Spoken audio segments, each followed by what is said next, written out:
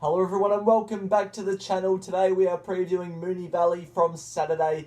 Feehan Stakes Day looks to be a cracker of a card this year. We'll see how we went last week. A minor profit due to Nunthorpe, which was really good. We're slowly getting back to some overall green now, which is also very nice. Thank you so much to everyone who subscribed for 1,000 subscribers. It was an absolutely amazing day when we hit it. It means the world to me. I've been doing this channel now for what, 3.5 years, maybe 2.5 years. So it's been absolutely awesome, an enjoyable ride, and thank you for the 1,000 subscribers. But we'll get on to what you've been all waiting for, the tips. Race number 1 is the English Ready to Race Sale Handicap, 10th of October over the 1,500 metres for the 3-year-olds. And the one I like here is Autumn Angel. And we're going to take a look at its last start, maiden win at Sandown. This was first up where it settled midfield on the fence. And once it got clear, it absolutely burst through late to score by just under 2 lengths, wanting further on the line. So I think the step up from 1,300 to 1,500 really suits this horse. Has only had 2 career starts. Its debut run was behind Legacies in April, only losing a length and a quarter to that horse, and we all know what Legacies can do. Ran second last week behind V8 at Caulfield. Draws gate 3, Billy Egan, lightweight, settle on speed, around the valley looks to suit. Progressive horse, I'm happy to have it. Race number 4 is the Drummond Golf Handicap over the 1,200 metres, an open handicap this one. And the one I like here, the one that looks really hard to beat, is the favourite Recommendation. And this was its last start run, first up at the Valley in a benchmark 84 over the 1,200 metres, where it settled midfield from a wide gate. And as you can see, held up, got out, burst through, charged at Maximilius, and just missed. Should have won this race. Gets a 7 kilo weight, dropped down to the 51.5 kilos on Saturday. Colleen Heffel retains the ride. She's in good form. Draws gate 4, will be right there on speed again. I reckon this horse can go one better on Saturday, and it should. It's the favourite, and I reckon it'll just win. Race number 5 is the McMahon's Dairy McKenzie Stakes over the 1,200 metres for the 3-year-old colts and geldings this time. And I'm not with the favourite, I'm with the second favourite, Brave Mead. The favourite's to parties looks really hard to beat, but this is by far the toughest horse to date that it's faced. And I reckon Brave Mead can win, and this is why. So this was its recent trial up in Sydney. Was pushed along a bit, but I like how Murray and Eustace have given it an 1,100 metre jump out. Shows a little bit of intent with a sprinter like this.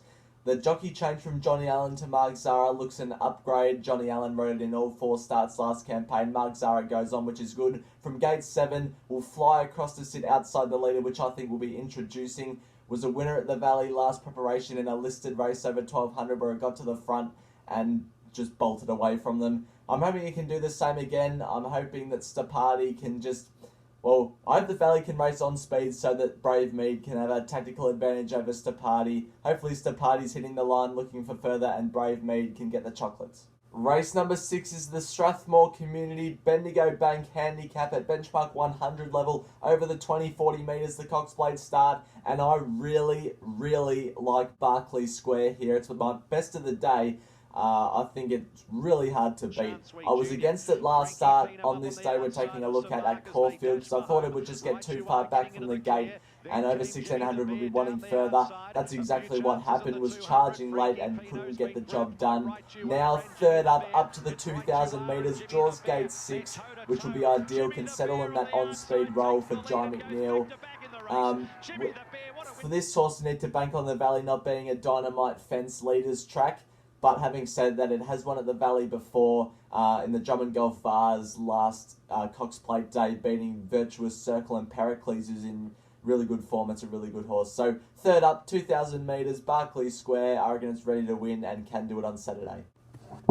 It's that time of the week. It's last man standing, and we've had a bit of movement in the leaderboard this week. I've jumped off the bottom courtesy of Russian Meteor last Friday night to be in second. Sky High Horse Racing still in the green in first, and Geordie just behind me in last place. So we get straight on with what Sky High Horse Racing is doing this week. Keeping it very simple, is going Globe into Cylinder. Globe obviously in the Feehan Stakes, and Cylinder in race 8 up there in Sydney. We'll move on to Geordie. He is spending big, 180 spend. He's having 75 the win, 25 the place on Armed Forces at the Valley. Then going to Rose Hill, 30 the win, Kintyre.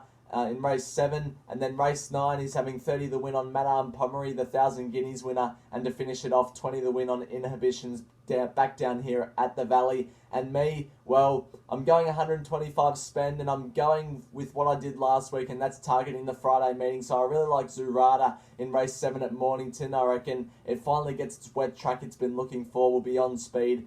75 the win on that, and then a $50 win multi recommendation who looks hard to beat into Barclays Square, who also looks hard to beat. So that's what we're doing this week for Last Man Standing. Thank you for watching the video, but before we end, I want to touch on the McEwen and Feehan Stakes because those are the two features. So the McEwen, it looks a bit of a match race, doesn't it, between Giga Kick and IMPERATRIZ. We'll start with IMPERATRIZ. I reckon this horse is going to be looking for further than 1,000 metres, and it's drawn gate 7, so will it have the early speed to cross some of the faster horses? I don't think so. I reckon we'll have to go back and it'll be hitting the line looking for further next start.